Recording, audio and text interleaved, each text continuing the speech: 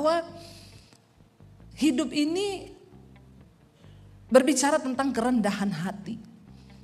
Ya, Tuhan mau setiap kita yang mau sungguh-sungguh menerima Dia, kita sungguh-sungguh hidup dalam kerendahan hati. Sebab orang yang rendah hati mereka akan ditinggikan oleh Tuhan. Tapi banyak orang Kristen berkata, oh belum tahu dia. Ya, belum tahu dia. Ya, di mana harga diriku kalau saya direndahkan? Piro harga dirimu?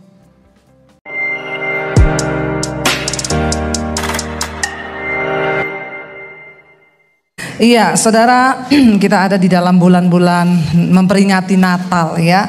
Dan kita percaya bahwa biarlah bulan Desember ini menjadi bulan Natal yang tidak berlalu begitu saja. Karena sudah terlalu sering kita ini ya merayakan Natal tapi nggak ngerti ya apa sih arti dari Natal itu. Sehingga hidup kita juga nggak pernah berubah dari tahun ke tahun sama saja. Yang kepahitan tetap kepahitan, yang hidup dalam dosa tetap hidup dalam dosa. Tadi pagi saya sampaikan dari Yohanes pasal yang pertama, saudara. Di sana judul perikopnya firman yang menjadi manusia. Ya, kalau di dalam bahasa saya dulu dikatakan Isa Al-Masih itu adalah kalimatullah, firman Allah yang menjelma menjadi manusia. Tadi pagi saya sampaikan tentang bagaimana ya firman Tuhan berkata pada mulanya adalah firman dan firman itu bersama-sama dengan Allah dan firman itu adalah Allah. Dan Yesus Kristus harus terus ke dalam dunia untuk menjadi manusia. Banyak orang tidak mengerti, bahkan kita sendiri sebagai orang Kristen harusnya bisa memberikan pertanggungan jawab terhadap iman kita, kata firman Tuhan. Ya, ketika Adam dan Hawa berbuat dosa dan iblis dihukum karena iblis juga sudah berdosa membujuk manusia dari Taman Eden, dia dibuang kemana, saudara? Dari Taman Eden iblis dibuang ke lulus sekolah minggu semua atau tidak ini? Ya, ini pelajaran dasar banget dari Alkitab loh, saudara ya. Jangan tiap hari bolak-balik ke gereja gayanya luar biasa padahal Alkitab nggak tahu apa-apa. Ya, ini mengerikan. Ya, pertama kali iblis berbuat dosa Alkitab berkata dia terbuang ke bumi. Lalu manusia juga dibuang ke. Jadi kita hidup satu nusa kambangan sama setan ya. Jadi di bumi ini tempat pembuangan. Dunia ini adalah tempat pembuangan. Iblis ada di sini, kita juga dibuang ke sini. Makanya jangan mau tinggal lama-lama di bumi, amin. Siapa yang mau Tuhan cepat-cepat datang? Yang masih lama mau tinggal di bumi atau mau kerja terus di Philadelphia? Ya, saudara, Tuhan menciptakan semua baik adanya. Pertama kali ketika manusia ditempatkan di Taman Eden, mereka nggak usah kerja. Mereka bisa makan apapun yang mereka mau ada di sana. Tapi akibat dosa, maka kutuk turun ke atas hidup manusia. Di sana dikatakan Adam, mulai hari ini kata Tuhan, engkau akan berjerih payah untuk mencari makan di bumi. Engkau akan berlelah keringat untuk mencari nafkah di bumi, untuk menghidupi hidupmu. Dan Hawa dikatakan engkau akan merasakan sakit melahirkan. Itu kutuk yang terjadi dalam hidup manusia. Ya, dan ular saat itu dikutuk Tuhan, engkau berjalan dengan perutmu. Ada yang pernah coba berjalan dengan perut? Ya, kalau perutnya kecil bisa, kalau perutnya gede teong-teong, saudara ya. Jadi siksa loh, ular juga berjalan dengan perut, itu kutukan. Nah, sejak saat itu manusia hidup di bawah kutuk. Dia akan berpeluh mencari nafkah di bumi. Nah, Tuhan mau mengubah kutuk ini, saudara, supaya engkau itu tidak hanya tiap hari bekerja sehingga engkau melupakan Tuhan. Ya, banyak orang, saudara, sibuk dengan kerja sampai hari Minggu saja nggak bisa ibadah. Kenapa? Ada sibuk hari Minggu. Kita korbankan kesehatan untuk uang, kita korbankan keluarga untuk uang, kita korbankan segala-galanya untuk uang. Kita lupa kalau hari ini kita dipanggil Tuhan.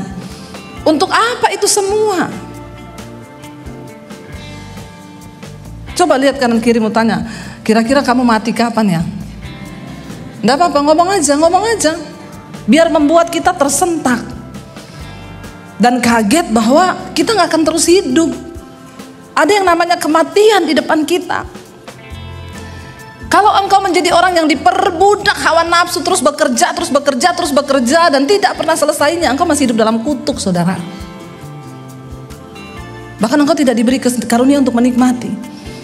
Saya itu dengan suami itu punya teman di Solo, saudara. Kami minta tolong dia untuk renovasi rumah yang di Solo. Saya tuh luar biasa ketemu dengan teman suami saya ini. Dia teman SMA suami saya, saudara. Ya, umurnya tuh baru 40-an juga.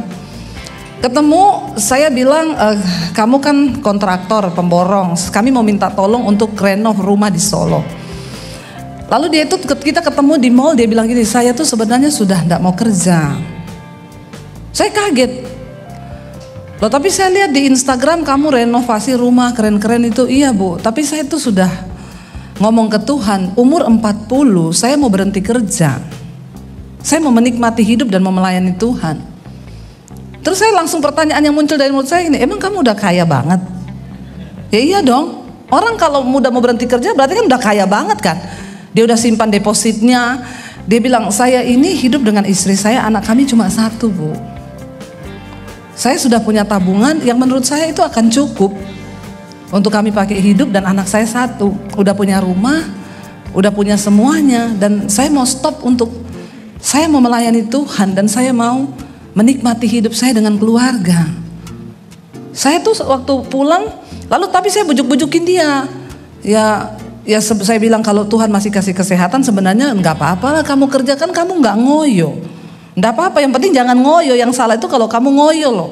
Hidupmu juga bisa jadi berkat, orang lain juga bisa makan dari kamu punya karyawan. Ya tapi dalam tanda kutip ya saya dengan suami kami salut loh dengan prinsipnya dia loh. Dia sudah punya prinsip umur 40 dia akan berhenti bekerja. Karena dia bilang saya nggak tahu umur saya sampai berapa Bu. Mau sampai kapan saya, dan saya nggak mau sisa hidup saya di hari tua saya nikmati dengan sakit-sakitan. Karena saya sudah menghabiskan seluruh kekuatan saya, kesehatan saya untuk saya cari uang di usia muda.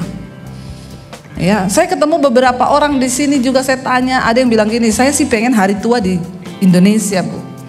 Menikmati hari tua. Saya bilang kalau masih bisa menikmati. Kalau belum sempat udah mati. Nah, iya kan saudara? Iya. Kutuk menyebabkan manusia hidup di dalam jerih lelah, bersusah payah. Dan dengar, Tuhan mau kita ini menikmati segala berkat-Nya. Yesus datang ke dalam dunia. Dia mau pindahkan orang-orang yang hidup dalam kutuk tadi itu untuk masuk ke dalam satu terang, kerajaan terang. Karena manusia dibuang ke dunia, setan dibuang ke dunia, dan setan mendirikan kerajaannya di bumi ini. Makanya Yesus berkata, dunia dan segala isinya ada di bawah kuasa si jahat. Makanya Alkitab bilang yang ada di dunia cuma 3, keinginan mata, keinginan daging, keangkuhan hidup. Itu tok yang manusia cari. Lalu Yesus datang ke dalam dunia, firman itu menjelma menjadi manusia. Dia datang ke dunia, dia pindahkan orang-orang yang tadinya hidup di dalam kutuk ini, hidup di dalam kegelapan ini, dipindah ke dalam satu terang. Dari kerajaan setan kita dipindah ke dalam kerajaan Allah. Makanya dikatakan Yesus datang ke dalam dunia membawa kerajaan Allah. Yohanes Pembaptis disuruh Tuhan untuk mempersiapkan jalan bagi Kristus. Dia sebelum Yesus datang berseru, bertobatlah, bertobatlah karena kerajaan Allah sudah dekat. Kedatangan Yesus ke dalam dunia digambarkan sebagai kedatangan kerajaan Allah. Makanya firman Tuhan berkata setiap kita yang percaya kepada Yesus, kita diberi kuasa untuk menjadi anak-anak Allah. Jadi nggak ada lagi orang yang jatuh bangun dalam dosa. Yang berkata saya sudah coba Bu untuk nggak selingkuh, tapi buktinya saya selingkuh terus. Saya udah coba Bu untuk tidak merokok, saya udah coba Bu untuk nggak kepahitan, tapi buktinya saya jatuh bangun terus. Dan masih banyak orang-orang yang berkata dia Kristen, tapi dia masih hidup di bawah kutuk. Jangan sampai saudara termasuk salah satunya hari ini. Engkau ada di gereja puluhan tahun, engkau datang dan pergi. Ya saudara, kalau engkau datang ke gereja setiap hari Minggu, tidak pernah bolos, maka dalam setahun 365 hari engkau cuma beri waktu 4 hari bagi Tuhan. Coba hitung. Kalau engkau datang di gereja setiap hari Minggu 2 jam ibadah, tidak pernah bolos, maka engkau memberikan 365 hari dalam setahun itu cuma 4 hari bagi Tuhan. Itu pun kalau datangnya nggak telat. Yang telat bertobat, katakan. Banyak kan yang datangnya telat kan? Nanti aja habis puji-pujian, malas ikut pujian. Pujian itu membajak hatimu. Kenapa engkau gak boleh datang telat di gereja? Supaya pujian membajak hati yang tadinya engkau panas dari mobil berantem sama istri, masuk ke gereja nyanyi, dengan apa kan ku balas. Hatimu disentuh Tuhan, gak jadi marah-marah. Hatimu dijamah, subur, benih firman Tuhan ditabur tumbuh. Tapi kalau engkau gak pernah memuji Tuhan, datang telat, dengar firman, tanahmu berbatu-batu, firman tuh gak pernah tumbuh, makanya hidupmu gak pernah berubah. Jangan sampai engkau hidup di bawah kutuk loh saudara. Saya pengen kita mengerti arti Natal yang sesungguhnya, supaya jangan kita jadi orang Kristen yang cuma berputar-putar di padang gurun, berputar-putar, nggak pernah ngalami damai sejahtera, nggak pernah ngalami sukacita dalam hidup. Engkau diperbudak oleh waktu, terus mencari uang, udah kayak zombie hidupmu. Kelihatannya hidup tapi sesungguhnya mati. Nggak apa-apa saya bicara begini kan, nggak diundang lagi nggak apa-apa. Udah saatnya bicara keras sama orang Kristen. Anda terlalu enak saudara. Jadi Kristen tuh terlalu enak.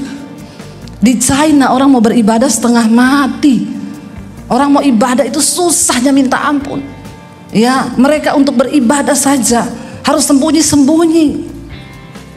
Karena kalau ketahuan dibunuh. Kita di sini enak sekali. Karena kita pikir kita nggak ke gereja juga diberkati kok, kita nggak usah cari Tuhan juga uang datang. Setan juga bisa kasih duit. Bilang amin. Bilang amin yang kenceng. Setan bisa kasih saudara uang. Bilang amin kenceng. Nggak ada yang mau amin loh. Setan bisa kasih uang. Setan bilang aku punya segala-galanya. Ya, aku bisa kasih kamu uang. Orang di Indonesia kalau pengen kaya pergi aja ke Gunung Kawi. Bisa kaya bisa. Ya, karena kekayaan itu bukan menjadi tanda bahwa engkau diberkati Tuhan. Banyak orang kaya tapi nggak diberkati Tuhan. Ya, orang yang diberkati Tuhan tandanya apa? Engkau hidup dalam damai sejahtera, di dalam kebenaran. Waktu hidupmu dibebaskan dari dosa, engkau bebas dari kenajisan, percabulan, engkau bebas dari kepahitan, engkau bebas dari tekanan yang ada dalam dunia ini. Hidupmu penuh sukacita. Yesus datang ke dalam dunia untuk apa? Membebaskan setiap orang itu dari kutuk. Engkau dibawa keluar dari kerajaan kegelapan ini, hidupmu dipindah ke dalam terang. Makanya Alkitab berkata, barang siapa yang menerimanya diberinya kuasa menjadi anak-anak Allah. Kita diberi kuasa untuk menjadi anak Allah. Tapi banyak orang aku Kristen tapi gak punya kuasa jadi anak Allah. Engkau gak punya karunia menikmati. Engkau tidak punya karunia untuk bebas dari dosa. Engkau jatuh bangun dan jatuh bangun dan jatuh bangun terus. Dan setan melihat hidupmu. Saudara, mari kita mengerti arti Natal yang sesungguhnya. Ya, Dia Tuhan yang datang dalam rupa manusia. Tadi pagi saya sudah sampaikan, yaitu ada di ibadah yang pertama. Tapi hari ini saudara, saya pengen kita sama-sama lihat. Ya, saya ingin bicara tentang makna kelahiran Yesus. Itu adalah sebuah makna membayar harga yang sangat luar biasa. Saya pengen kita baca Lukas pasal yang kedua, ayat yang pertama. Di sana judul perikopnya kelahiran Yesus. Firman Tuhan berkata ayat yang pertama, pada waktu itu Kaisar Agustus mengeluarkan suatu perintah, menyuruh mendaftarkan semua orang di seluruh dunia. Inilah pendaftaran yang pertama kali diadakan sewaktu Kirenius menjadi wali negeri di Syria. Maka pergilah semua orang mendaftarkan diri masing-masing di kotanya sendiri. Waktu itu Kaisar mengeluarkan satu maklumat agar ada sensus penduduk. Ini sensus penduduk yang pertama kali dilakukan saudara. Dan pergilah semua orang mendaftarkan diri masing-masing ke kotanya. Harus balik pulang kampung karena ada sensus. Demikian juga Yusuf pergi dari kota Nazaret ke Galilea, di Galilea ke kota Yudea. Jadi Yusuf dan Maria pada waktu itu mereka ada di Nazaret dan mereka harus ke Yudea untuk mendaftarkan diri ke kota Daud yang bernama Bethlehem karena ia berasal dari keluarga dan keturunan Daud. Yusuf berasal dari Bethlehem. Waktu ada sensus dia harus pulang kampung untuk mendaftarkan dirinya, supaya didaftarkan bersama-sama dengan Maria tunangannya yang sedang mengandung. Ketika mereka di situ, tibalah waktu bagi Maria untuk bersalin. Saudara, saya membayangkan ketika saya ada di Nazaret. Itu jarak kota Nazaret dan Yudea. Pada zaman itu satu-satunya kendaraan yang bisa dinaiki adalah keledai. Maria sedang hamil tua. Bicara tentang kedatangan Yesus itu bicara banyak sekali penderitaan. Dari awal pertama kali Maria dipilih untuk menjadi orang yang melahirkan Yesus, dia belum menikah. Bagaimana dia harus menjelaskan kepada orang-orang, bahkan tunangannya, bagaimana dia hamil dari Roh Kudus, itu sudah harga yang harus dibayar. Yang kedua, mereka berjalan, saudara bisa bayangkan Maria dalam keadaan hamil tua. Hamil tua. Dan dia harus berjalan ya dari Nazaret menuju ke Bethlehem di Yudea. Aduh, saya tidak bisa membayangkan dengan perut besar. Oke, misalnya taruhlah naik keledai. Ya, tapi ada jalan-jalan terjal yang harus dia turun dari keledai. Ya, penderitaan yang begitu luar biasa. Di tengah perjalanan itu, ia harus sudah tiba waktunya untuk bersalin. Ya, dan dia melahirkan seorang anak laki-laki yang dibungkusnya dalam lampin, dibaringkannya di dalam palungan. Karena tidak ada tempat bagi mereka untuk menginap di penginapan. Semua penuh penginapan. Sang juru selamat lahir. Sang juru selamat yang punya dunia, yang punya sorga. Dia gak lahir di hotel bintang 5. Dia memilih untuk lahir di satu kandang di dalam palungan. Apakah menurut saudara ini kebetulan? Enggak, karena semua ada di dalam rencana Tuhan. Saudara bayangkan kalau Maria dan Yusuf ini orang yang sombong dan berkata, Tuhan, aku ini mau melahirkan engkau loh Tuhan. Masa di dalam kandang? Saudara, saya dulu pertama kali menikah, kami dalam keadaan susah banget ya. Pas-pasan banget. Tapi saya nggak pernah bertanya ke suami saya, nanti saya lahiran di kandang sapi atau kandang ayam ya. Enggak. Sekalipun susah, kami berusaha bagaimana untuk bisa melahirkan di rumah sakit atau tempat yang wajar untuk seseorang melahirkan. Itu kita loh manusia. Tapi Yesus yang punya sorga, dia yang punya segala kemuliaan, dia memilih untuk lahir di tempat yang begitu terhina. Dan saya yakin ini bukan sebuah kebetulan, saudara. Ya, makna Natal yang pertama itu artinya saudara, memberikan kita sebuah makna bahwa hidup ini berbicara tentang kerendahan hati. Ya, Tuhan mau setiap kita yang mau sungguh-sungguh menerima Dia, kita sungguh-sungguh hidup dalam kerendahan hati, sebab orang yang rendah hati mereka akan ditinggikan oleh Tuhan. Tapi banyak orang Kristen berkata, "Oh, belum tahu dia." Ya, belum tahu dia, ya. Di mana harga diriku kalau saya direndahkan? Piro harga dirimu? Ya, kalau ada yang berkata belum tahu dia siapa saya, emang siapa kita? Kita ini sudah tidak punya harga, karena harusnya kita binasa oleh karena dosa. Tapi karena Tuhan berkenan, Dia angkat kita menjadi anaknya. Yang pertama, Natal itu bicara tentang kesederhanaan, bicara tentang ya bagaimana kita hidup dalam kerendahan hati, saudara. Yesus yang adalah Tuhan yang punya dunia, Dia memilih lahir di sebuah kandang. Ya, dan itu bukan secara kebetulan. Dan yang pertama kali disampaikan mendapat berita, ayat 8 dikatakan, di daerah itu ada gembala-gembala yang tinggal di padang menjaga kawanan ternak. Mereka pada waktu malam, tiba-tiba berdirilah seorang malaikat Tuhan di dekat mereka, dan kemuliaan Tuhan bersinar meliputi mereka, dan mereka sangat ketakutan. Lalu kata malaikat itu kepada mereka, jangan takut, sebab sesungguhnya aku memberitakan kepadamu kesukaan besar untuk seluruh bangsa.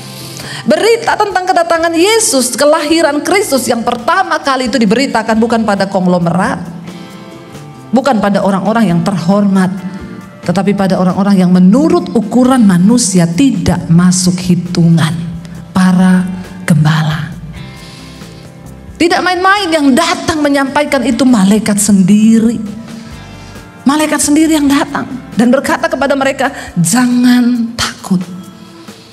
Saudara, hari ini sekalipun hidup kita sedang diberkati Tuhan, jangan pernah sombong. Mari kita berkata semua itu hanya karena kasih karunia. Apa yang kita dapat, apa yang bisa kita nikmati hari ini, hanya karena kasih karunia Tuhan. Dan karena itu bertanyalah, untuk apa Tuhan Engkau memberkati hidupku hari ini? Kenapa Engkau memberkati aku Tuhan? Biar kita kedapatan menjadi orang-orang yang berkenan di hadapan Tuhan. Ya, berita tentang kelahiran Yesus pertama kali diberitakan bagi mereka, para gembala yang sedang berada di padang. Orang-orang yang kotor, mungkin menurut dunia penuh dengan kotoran binatang, tapi Tuhan melihat mereka sebagai orang-orang yang berkenan dan layak untuk didatangi malaikat. Mari kita berdoa, saudara, biar hari ini kita jangan lewatkan bulan Desember ini tanpa kita introspeksi diri. Bertanya, Tuhan, apa yang harus aku lakukan? Biarlah hidupku ini benar-benar aku pakai untuk memuliakan nama Tuhan. Ya, ketika mungkin kita direndahkan, kita dihina, kita difitnah, kita dilukai, kita ditipu. Ya, biarlah kita ini merasa, ya sudah, semua yang Tuhan izinkan terjadi itu aku terima. Mari kita berdoa supaya tahun depan kita memulai hidup itu dengan semakin baik. Orang-orang yang sombong, berbuat dosa, tidak pernah takut, saudara, kepada Tuhan. Jangan engkau pikir hidupmu itu engkau yang punya, saudara. Hidup ini Tuhan yang punya. Dan karena itu jangan terus berbuat dosa dengan kesombongan dan merasa Tuhan tuh nggak lihat, Tuhan tuh nggak ada. Ada begitu banyak orang bebas melakukan semua yang mereka mau. Mereka hidup dalam kenajisan, percabulan, mereka menipu orang kanan kiri, dan mereka pikir Tuhan tidak melihat semua itu. Tuhan melihat semua yang kau lakukan. Tapi kalau kita melihat saat ini Tuhan belum melakukan sesuatu, anggaplah itu sebagai kasih karunia-Nya untuk menunggu kita bertobat. Jangan pernah memasuki tahun yang baru tanpa pertobatan. Jangan engkau rasa semua biasa-biasa saja. Kita ada di hari-hari yang terakhir, hari-hari ini. Ya, orang berkata, Bu Debbie, betul nggak capek ya pelayanan? Saya bilang, saya tahu kita sedang berada di waktu-waktu yang dipersingkat. Tidak banyak waktu lagi, saudara. Karena itu saya mau berkata, Tuhan, saya mau habiskan seluruh waktu hidup saya untuk melayani Tuhan. Kalau ditanya capek nggak capek. Capek, saudara. Ya, untuk pelayanan itu capek. Ya, kita harus terbang kemana di Indonesia pun seperti itu. Ya, di Indonesia saya pernah makan pagi di Surabaya, makan siang di Makassar, makan malam di Morowali. Itu perjalanan terbang naik pesawatnya jauh-jauh. Kemarin di sini makan pagi di New York, makan siang di Philadelphia, makan malam di Atlanta. Jangan tepuk tangan, saudara. Hahu-hahu. Ya, saya tarik napas, saudara. Capek, ditanya capek. Apalagi ketika cuaca sedang tidak baik, ya. Dan saya kemarin waktu ke Atlanta, kita mendarat di Atlanta itu hujan deras. Pesawatnya sangat bergoncang. Suami saya itu tutup jendela, saudara, mau landing. Saya bilang, saya buka, pengen lihat kotanya. Kalau sudah lihat kota itu rasanya hati dah ayem gitu ya. Dia buka, saudara, jendelanya. Yang saya lihat apa? Awan gelap. Makin takutlah saya, karena pesawatnya juga goncang terus. Waduh, kita ini dalam awan ya, makanya pesawatnya goncang. Lalu saya cepat ngomong, tutup lagi, tutup. Ya, tapi di situ saya dapat satu hikmah. Tuhan tuh bilang gini, ketika ada badai, jangan matamu terus memandang kepada badai itu, karena engkau akan semakin takut. Tapi arahkan pandanganmu kepada Tuhan yang menyertai hidupmu. Terus saya langsung di situ, ya juga ya Tuhan. Coba kalau saya sibuk lihat di jendela, waduh awan hitam, aduh hujan di kaca, waduh guntur, waduh petir, ya bisa pingsan di dalam pesawat. Ya, padahal belum tentu mati kan, rugi kan. Jadi saya di situ dapat hikmah. Tuhan bilang, ketika engkau menghadapi badai di hidupmu, ya jangan lihat badai itu, tapi pandang kepada Tuhan yang lebih besar dari badai itu, dan Dia yang pegang kendali atas hidupmu. Tahun depan sudah nggak perlu takut, asalkan kita masuki dengan hidup yang bertobat. Saudara, engkau terus hidup dalam dosa, percayalah, hidup ini nggak ada yang pasti. Jangan engkau berpikir pekerjaanmu pasti. Semua bisa berubah dalam hitungan detik. Semua bisa berubah dalam hitungan detik. Makanya kalau hari ini engkau diberkati, hati-hati, mintalah hikmat dari Tuhan. Tuhan, bagaimana aku mengelola hidupku, bagaimana aku mengelola waktuku, dan bagaimana aku mengelola harta yang Tuhan beri. Jangan hidup dengan kesombongan. Ya, kenapa saudara? Karena engkau tidak pernah tahu hidup ini seperti roda yang berputar. Dalam sekejap semuanya bisa hilang. Ketika Hizkia dia menderita sakit, Lalu Tuhan berkata, engkau akan mati. Ya, tidak ada lagi yang akan bisa menyembuhkan sakitmu. Dia menangis kepada Tuhan. Lalu Tuhan menyembuhkan dia, diberi kesempatan hidup 15 tahun. Setelah dia sembuh, ada utusan dari Babel datang ke kerajaannya. Apa yang dia lakukan? Dia begitu senang karena tadi awalnya orang sudah mendengar dia akan mati. Karena kesombongannya, dia ajak utusan Babel ini, dia pamerkan seluruh hartanya yang ada di istananya. Tidak ada satupun yang tidak ditunjukkan. Dia tunjukkan emasnya, dia tunjukkan batu-batu mulianya, dia tunjukkan segala kekayaannya. Lalu Yesaya datang dan berkata, apa yang engkau lakukan? Engkau harus mendengar hari ini, satu saat tidak ada sedikit pun dari apa yang sudah engkau pamerkan itu akan tersisa di dalam kerajaanmu. Akan datang waktunya, semua itu akan direbut daripadamu. Dan engkau tidak dapat melakukan apa-apa. Saudara, kita belajar hari ini, kalaupun kita dapat memiliki apa yang kita bisa miliki hari ini, semua hanya karena kasih karunia Tuhan. Ya, orang-orang di padang gembala, para gembala, mereka lah yang mendapat ya perkenanan Tuhan untuk mendapatkan berita tentang kelahiran Yesus. Ya, karena itu mari kita sungguh-sungguh berdoa. Ini waktunya sudah habis. Ya, saya abis ini harus ke New Jersey, pelayanan di sana 3 kali khotbah, lalu saya nginep di sana dan besok pagi saya ke New York. Selama aku hidup, aku mau hidup bagi Tuhan. Ya, tanpa mengenal lelah. Makanya saya berdoa, Tuhan beri kami kesehatan. Ya, cuma itu saudara, ketika kita sehat, kita bisa memuliakan Tuhan. Sadarilah bahwa setiap detik, setiap hembusan nafasmu itu hanya anugerah Tuhan. Mari bertobat. Yang pertama tadi saya sudah katakan, tahun depan tidak ada lagi jemaat yang datang telat. Angkat tangan yang telat-telat, bilang amin. Tadi saya lihat sudah khotbah masih banyak yang baru masuk. Maaf saudara, kita kalau nonton konser, saudara mau nggak telat nonton konser? Enggak ya? Belum dibuka sudah datang. Nonton bioskop mau telat nggak? Enggak. Iklan pun ditonton, nggak mau telat. Saudara datang ke gereja menghadap raja di atas segala raja. Dan kalau engkau sikapmu begitu, engkau sombong dan tidak menghormati Tuhan. Ya, mari kita hormati Tuhan. Dari cara kita, ya. Masih banyak yang sudah firman baru masuk tadi saya lihat. Ya, bertobat saudara. Di Indonesia ada gereja yang ditutup pintu. Bagus juga sudah dibikin gitu saja sini. Ya, ayo kita harus hormati Tuhan. Kita datang ke gereja, kalau 2 jam engkau datang tepat waktu, 365 hari, cuma 4 hari loh engkau beri bagi Tuhan ibadah. Masa kita nggak bisa beri yang terbaik? Ya, bangun lebih pagi, beri hidup bagi Tuhan yang terbaik. Amin Bapak Ibu. Ya, saya harus berbicara keras kalau tersinggung, puji Tuhan. Nggak tersinggung kebangetan. Ya, jadi mari kita sungguh-sungguh datang menghormati Tuhan.